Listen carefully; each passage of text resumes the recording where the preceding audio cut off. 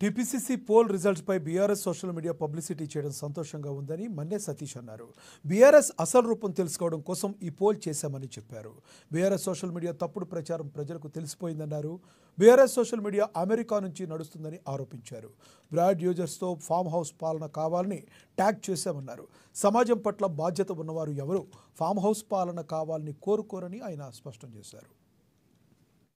ఈ పోల్ మేము కావాలని నిన్న సాయంత్రం 3 o'clock రైజ్ చేశాం. ఎందుకంటే మేము ఈ లాస్ట్ 1 yearలో కూడా బీఆర్ఎస్ సోషల్ మీడియాని ఫాలో చేస్తుంటే వీళ్ళు యూఎస్ నుంచి దుబాయ్ నుంచి చాలా ఆపరేట్ చేస్తున్నారు. వీళ్ళు అక్కడ కొత్త టీంలు పెట్టుకొని వీళ్ళు బాట్ యూజర్స్ అంటే అర్థం కాని వాళ్ళకి రోబోటిక్గా ప్రోగ్రామాటిక్గా ఒక ట్వీట్ని కానీ ఒక పోల్ని కానీ మ్యానిపులేట్ చేసే యూజర్స్ని బాట్ యూజర్స్ అంటారు. వీళ్ళు ఈ బాట్ యూజర్స్ని పెట్టుకొని అసలు అర్థం లేకుండా అంటే ఉత్తగానే కాంగ్రెస్ పార్టీ ఏది పోస్ట్ చేసినా దాన్ని నెగెట్ చేయాలి అన్న ఉద్దేశంతో ఇన్ఫ్యాక్ట్ ఈ పోల్ ఎంత న్యూట్రల్గా ఉందో కూడా ఆలోచించకుండా ఈ బాట్ యూజర్స్ని అప్లై చేశారు.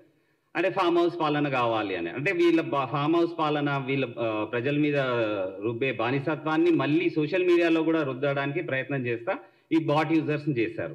మీరు కొన్ని డేటా చూస్తే నిన్న రాత్ర యుఎస్ వాళ్ళు అప్పుడు మేల్కొన్నారేమో కానీ నిన్న రాత్ర 11:37కి ఇది టైమింగ్ చూడండి. 11:37కి మనం చూస్తే 43% 57% వచ్చింది. 1720 ఓట్స్ వచ్చినాయి. 11:38కి చూస్తే 2429 ఓట్స్ పోల్ అయినాయి. 12:08కి చూస్తే ఇమ్మీడియట్గా 4159. అంటే వీళ్ళు ప్రోగ్రామాటిక్గా యూఎస్ నుంచి దుబాయ్ నుంచి ప్రోగ్రామాటిక్గా పోల్లు పెంచుకుంటా ఫామ్ హౌస్ పావాలని కావాలని బాట్ యూజర్స్తో పెయిడ్ ప్రమోషన్స్తో అడ్వర్టైజ్మెంట్స్తో చేయడం.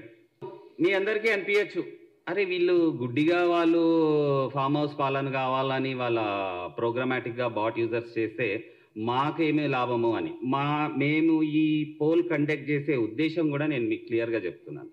చాలాసార్లు చాలా పోస్టులలో వాళ్ళు మార్ఫింగ్ చేసి అసెంబ్లీ లైవ్ సెషన్లలో కూడా బయటకు వస్తున్న 2-3 minutesకి మార్ఫ్ చేసేవి మేము నెక్స్ట్ డే మా స్పోక్స్మెన్లు కానీ మేము సోషల్ మీడియాలో this is real this is fake అని పెట్టినా కానీ వాళ్ళు చేసే పనులు మానుకోవటలేదు. సరే వీళ్ళని వాళ్ళు చేసే గేమ్లోనే వాళ్ళని ఎక్స్పోజ్ చేద్దామని